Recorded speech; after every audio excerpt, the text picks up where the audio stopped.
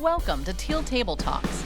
Join us around the table for an in-depth and behind-the-scenes look at Soundscapes and the community we serve. I'm Carol Minter, Executive Director at Soundscapes, and my special guest today is Bob McKenna. Bob is President and CEO of the Virginia Peninsula Chamber, which is a business development organization with over 750 members and affiliates.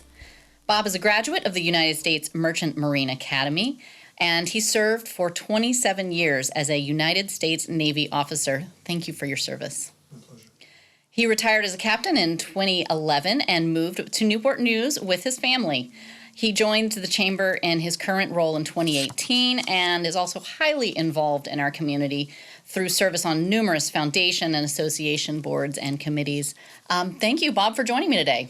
Thanks for inviting me. Yeah. I'm very happy to be here. Absolutely. Well, so I actually want to start with something I talked about in your bio. I always love hearing about this from military families in particular. Presumably you got to travel a lot during your military service, and you chose the peninsula as your forever home. What is it about this community that drew you back in? So great question. We moved to Virginia Beach in '92. And then we moved back to Virginia Beach again in '97, '98. And then we moved to the peninsula in 2003. And then I moved one more time. We moved to Jacksonville, Florida, which is kind of my second home. My parents lived there. We got married there. My first tour in the Navy was there. My last tour in the Navy was there. And then we came back to Newport News. And so I always get kind of perturbed when I hear people say, yeah, there's not much going on the peninsula. And I tell them, I said, I moved 16 times in 27 years in my Navy career. I've literally lived on 3 different continents. I've lived on both coasts of the United States. I've lived up and down the East Coast. And when I had a choice to make where I was going to retire and spend probably the rest of my life, I chose Newport News and the peninsula. And many reasons. My older kids had graduated from high school here in Newport News. The younger kids wanted to go to the same high school. We had a house here. I got a job here. There's a great support system for the military here. And we had many friends here. So we kind of said, this is where we should be. And then I did 6 years of work as a defense contractor, 6 or 7 years, and came in contact with the Chamber. And then 2 years later, my predecessor retired and said, hey, we want you to apply for my job. So now I've been at the Chamber for 6 years, and we're not going anywhere. Wonderful. So Wonderful. I'm a peninsula guy. It's a great answer. And you know, as someone who I grew up in this area, was born here, raised here, lived here my whole life. I always thought growing up, I thought, oh, it's boring here and I want to move on. And as an adult, I've really come to appreciate what a wonderful community this is. This is where my husband and I chose to raise our family as well. And it's a wonderful place to be in. Well, the grass is always greener on the other side of the fence. But it isn't necessarily. So, No. So we love it here and we're going to stay here. Wonderful. And now one of my kids moved back.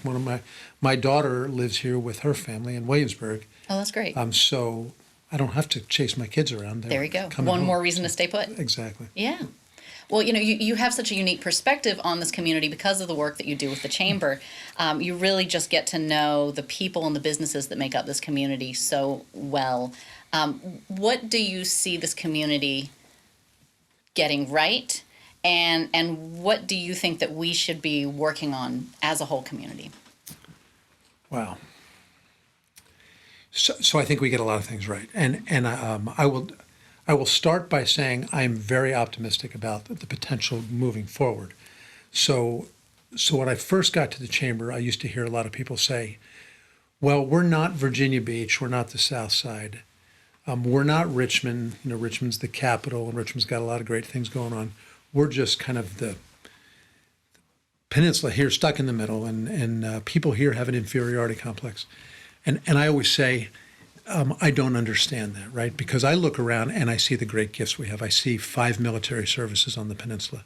I see 3 great universities. I see the only place in the world that builds nuclear aircraft carriers and the largest industrial employer in the state of Virginia. I see Jefferson Lab and I see NASA. And I think what great assets we have from an economic growth and economic development standpoint. But then you look at recreational opportunities and travel opportunities, the opportunity to go to the beach, the opportunity to go to the mountains close by. And then, you take it a step further, entertainment, right? You've got the Ferguson Center, and we've got other great entertainment venues. And I'm thinking, so what's missing here? And I can't think of anything that's really missing. And people will say, well, we need a professional sports team. And I'm like, well, you got TV. I don't need a professional sports team to be happy, right? Yeah. My favorite sports are usually the ones that my kids were involved in, right? And I'm a sports fan, but that just doesn't seem to be that important to me. So I just look around at these great assets that we have, and I say, this is where I want to be. I mean, personally, but from a chamber perspective and a business perspective, there's so many opportunities here. So Yeah. Oh, yeah. Well, kind of a rambling answer. No, but- no. I agree with you completely. I mean, as far as the sports, we've got great collegiate sports locally. Of course, good high school sports. And even some teams like the Lionsbridge soccer. Lionsbridge Soccer Yeah. has done marvelous for the past 4 or 5 years now. So, that's So we don't need a professional team. we really don't, right? And Yeah. because I wouldn't spend the money to go watch a game anyway. There you go. So what can we be working on as a community? I mean, what do you see that? And I really think, and I'm thinking about this as a community-wide effort too. Yeah. So I mean, we hear the stock answers on this one, right? We don't work well as a region. We don't market ourselves well, and I think some of that is true. I think regionally we do work together very well, and there's some great examples. Hampton Roads Planning Development Commission, Hampton Roads Military Federal Facilities Alliance. There's these organizations that were put together to advocate for the area, to lobby for the area, to do good things for the area and the region. And they're doing great work, and they're doing that work with all 17 or 14 or however you count However counting it this that week, many different local governments pulling together to do great things like 200 and some miles of highway projects, highway improvement, and the Hampton Roads Bridge Tunnel, which is paid for with like 93% of it is coming from local tax money to fund that, and then there's some federal grants, I guess. But so I think a lot of the arguments or a lot of the negative opinions about the area have been corrected and are being corrected, and we're getting better at it. So people say the entrepreneurial ecosystem is weak. Well, it's getting better. It's getting much better, in fact. Regionalism, we're divided. Well, we're not divided. We're working very closely together on a number of issues. Public schools are no good. Well, we've had some issues, but so has everybody else in the United States. And I think we're finding leaders who are going to help us get past those issues. Public safety.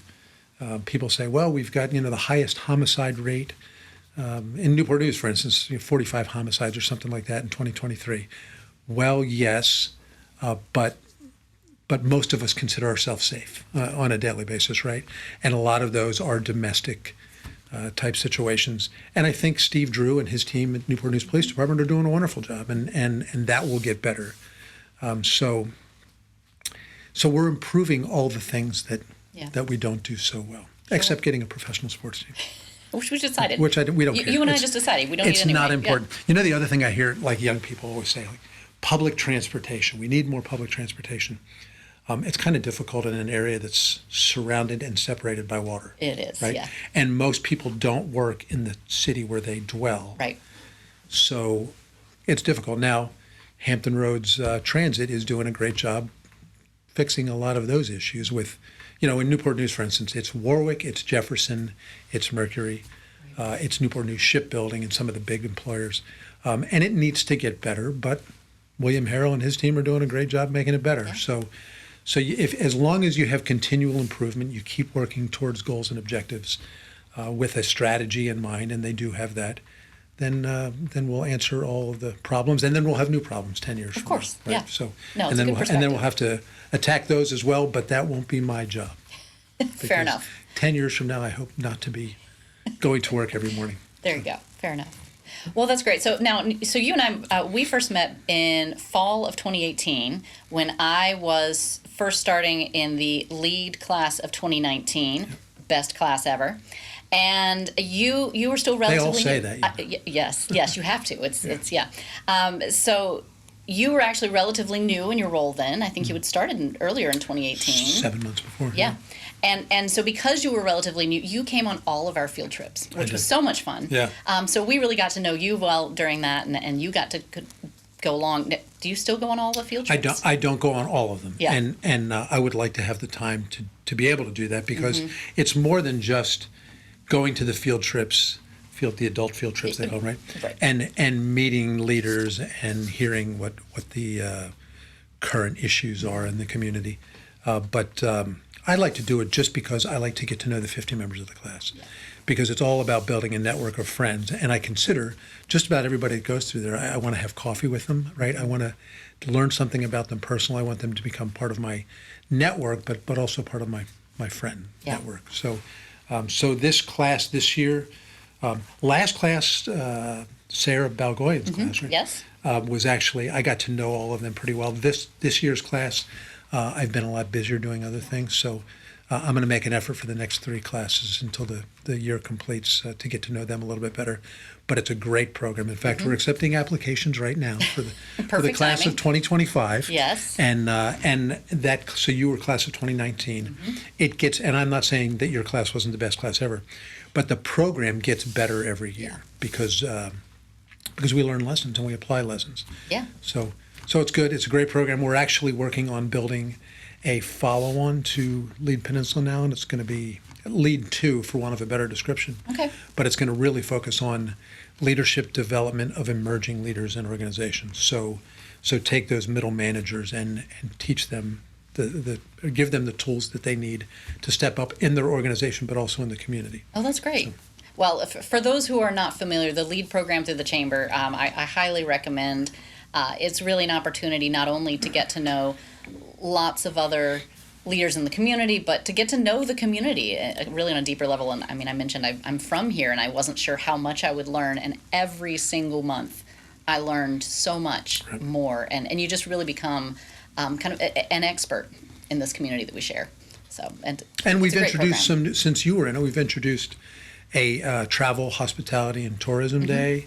And next year there's going to be an energy day, a program day focused just on energy, on how are we going to meet the energy requirements of the future in Hampton Roads and on the peninsula. Oh, that's great. So we just make some changes every year. Yeah. We make improvements, we make modifications, we just keep it fresh. So. Well, and LEAD is a signature program certainly of the Chamber, but the Chamber is doing so much all the time. I'd like to give you an opportunity just to talk a little bit about the work you do and your mission. I know you've got a great description you give at a lot of these events with the 5 C's. Yes.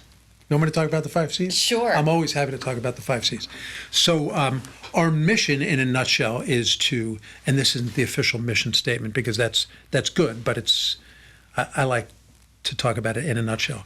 In a nutshell, our mission is to work with great community partners like Soundscapes and like other nonprofits and like many other organizations to help create the conditions conducive to economic growth and upward mobility for our citizens. So how do we do that? Well, we execute our mission through what we call the 5 C's.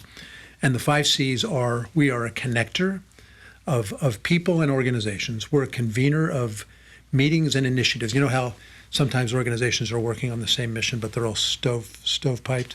Well, we can convene meetings where we can bring organizations together to work in conjunction with each other to help create better conditions. So connector, convener, we're a collaborator, and this is from 2 different perspectives. We're a collaborator because we have a full-time staff of 3 and 3 part-timers. So in order to do anything big, we have to have partners. But we're also representative of the Peninsula business community in regional initiatives. So that's also a regional collaborator. We are a conduit of critical information for businesses and for nonprofits. Well, nonprofits are businesses. Absolutely. And we are a champion of the great assets that we have on the peninsula. So you heard me earlier just talking about 3 great universities, the largest industrial employer, NASA, Department of Energy lab, and the other great assets that we have here. So we're a champion of those assets because we want to drive optimism, we want to drive confidence, we want to build ambassadors for the Virginia Peninsula. So those are the 5 C's. If we do those 5 correctly and well, then we become a 6th C, a catalyst for economic growth. And that's our goal. And that's our mission. So, how was that? No, that was perfect. Okay. I knew you could do it because I've heard you say that at lots of events. It's when you do it like that and have 5 C's, you usually can remember them. Yeah. Now the board says to me often, we need to get down to 3 C's. No, and I said, well, that doesn't describe it. Yeah. But 5 described it very well. Yeah. You have too much work for just 3. I'm not going in. I'm not shrinking it down. It's 5. Fair enough. So our local chamber, one of the things that I feel like that our local chamber does a really good job of is incorporating nonprofits and recognizing the work that nonprofits do as an important sector of our economy. And not only that, you've also been involved in the board on Network Peninsula, which is a support organization for local nonprofits. Why is supporting local nonprofits so important to you? So go back to what I said about helping create the conditions conducive to economic growth, right? I think the community, where the rubber meets the road in the community, is represented by the nonprofits. So I don't know how many nonprofits are on the peninsula, but upwards of 150, right? And the nonprofits are taking care of things that the local government can't take care of, in my mind, right? There are important things to be done in the community, and the local government can't do everything. So the nonprofits fill in some of those gaps and do very important work for the citizens. So when I first got to the chamber, and I didn't really know a whole lot about what a chamber does, and I didn't, despite the fact that I had lived here for a few years while I was in the Navy, I didn't really know the peninsula well, and I started spending a lot of time with the nonprofits in an effort to learn more about what the community's challenges were, who are the great people who are doing volunteer work and doing important work in the community, and who are their board members, because their board members very often are representatives from Ferguson and Newport News Shipbuilding and Cannon and Lee Bear and Riverside and places like that. So three things. The nonprofits are businesses and they're members of the chamber in a lot of instances. It's where the rubber meets the road, so it's important work, and I need to partner with them. And they have board members who I want to know. Yep. And I want to meet. So I was checking three boxes when I was spending a lot of time with the nonprofit community. And then a lot of them became good friends of mine too. And you always like to spend time with friends, especially at work, because it makes work a lot more enjoyable. Absolutely. Yeah.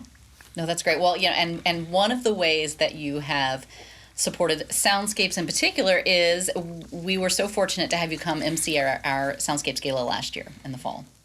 And we so appreciate you doing that. And I don't do that for anybody, for everybody. I appreciate that. Yeah, no, it was wonderful to have you there. And I'm curious, was that your first time actually hearing our students perform? I was thinking that it might have been. There was something else that I can't remember what it was, but it seemed. It wouldn't surprise me if you may have encountered them another time, just because they are frequently out in the community performing at events. Yeah, so you may have seen them. But maybe small snippets. But that was the first time I really got to experience a full flavor of performance from your students, and it was amazing. I mean, it was just. What was your takeaway from that event? My takeaway from that event was, boy, I would love to have these people perform at a chamber function at some point. We can make that happen. I know. I talked to Sarah already, and we kind of looked at it for our first Citizen Gala this year, and it didn't work out. Mm-hmm. But stay tuned. There's going to be an opportunity in the future because, first of all, it's a great partnership, and I think people would be very interested in and enjoy hearing from. And there's many different levels, right? I mean, there are. So how about tell me right here? Yes. What are the different ensembles, mm-hmm. bands?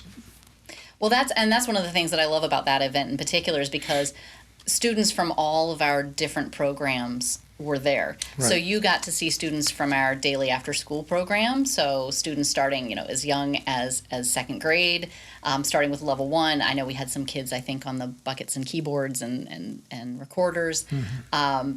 Then as students progressed, level 2, level 3 in that after school program, we had some of those ensembles there performing.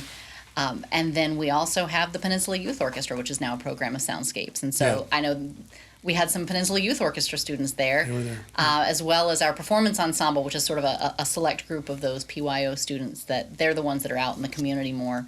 Well, that's very good. But at that event, I mean, that's the fun thing to me about that event is that all of our students get to come and kind of show off their best stuff, and the teaching artists were actually there performing as well. I remember that. So. Yeah, no, it was a great evening of music, and I enjoyed it very much. And I don't want to be the MC anymore because I think that should be you. But I would but I will attend in the future too. Good, for sure. Wonderful. Well, that sounds great. And I was trying to think. I know. So now you've been to that event. I know you've seen our students kind of at some other things. Have you ever been to a tour at Soundscapes? No. we're going to get you out for a tour. Good. Yeah. Absolutely. So we give wonderful tours, especially of our daily after school program, at Carver Elementary and at Greenwood Elementary, and those happen pretty much every weekday afternoon. So we'll have to get you out for a tour. Good. And Absolutely. And actually, if anybody who is watching or listening is interested in a tour, it's really open to anybody who wants to learn more about our program. It's a great way to actually see the behind the scenes of how you get to those kind of performances like what you saw at the gala. Just shoot me an email and I'll connect you with Carol Minter and we'll make that happen. Or go to soundscapes.org/learn more and sign up for a tour. Both of those, good options. Perfect. But we're the connector. Absolutely. So there you go. No, that's great. So I don't know if you've had a chance to actually watch any of these Teal Table Talks before coming on today, but there is something that we do at the end of all of them. We always end with our rapid fire 4. So I've got 4 questions that I ask to every guest. So And you already know that I don't give rapid answers, but I'll that's do okay. my best. I'll be rapid on my end. Okay, So good. okay. So 4 quick questions for you. So number 1, if you could snap your fingers and learn to play an instrument instantly, what would you choose? Trumpet, Excellent. because I love Chris Bodie. And every time I walk into my house, I say, "Hey Google, play Chris Bodie." And then I turn to my wife and I go, "I only want to be able to play that note that he plays. It just extends it for like 15, 20 seconds." But there's many. I mean, I used to say the saxophone. Trumpet is the latest one, but I'd like to be able to play the piano too, or just a guitar. I'd like to be able to play the spoons. I mean, anything. I can't play any musical instruments, and I'm a huge fan of music. So We'll give you 5 or 6 snaps. that's good. Excellent. Second question. What is one of your favorite local places to eat, and what's your usual order? So there's so many, and I don't want to know. offend anybody. But I know. That's a hard question. Kismet is our go-to place, and my wife and I like to go on Friday evening, be there right at 5 as it opens, and you may get a seat at the bar. Yeah. And we like to sit at the bar and just have a glass of wine and maybe one of their specialty pizzas. Excellent choice. And my wife will always say, "And we have to get fries." Excellent. Yes. You like that? You like yeah, Kismet? I do. that's right. Yeah, one of our favorites too. Good. What is your go-to song or artist if you need to boost your mood? And you may have already even given this answer. So Chris Bodie's a good Yeah. answer. Tony Bennett Sure. Yeah. is one of my favorites, and I saw Tony Bennett at Ferguson Center. Lyle Lovett and his large band I saw at Ferguson Center also. So I have so many. Billy Joel, Jimmy Buffett. I mean, I have a very wide and diverse taste in music too. Wonderful. Nothing wrong with that. Yep. Good. And number 4, what is one piece of advice that you'd like to share with the students of Soundscapes? And what I'm going to have you do is actually look directly in camera for this one, and we're actually going to compile all of these at the end of the season. Ask that again so I can think about it while you're asking. Absolutely. One piece of advice you'd like to share with the students of Soundscapes. Listen to your teachers and your parents. I mean, That's it. yeah, Honor thy father and mother. doesn't get any easier than that. That's Yeah. it. Wonderful. Well, thank you so much for coming on today. This was just an absolute pleasure. So glad you could Enjoyed it. join me. Yeah, and, this is good. And thank you for watching and listening. Thanks for joining us around the Teal Table. To see full Teal Table Talks episodes, recorded performances, and other videos from our program, subscribe to our channel at youtube.com/soundscapeshr.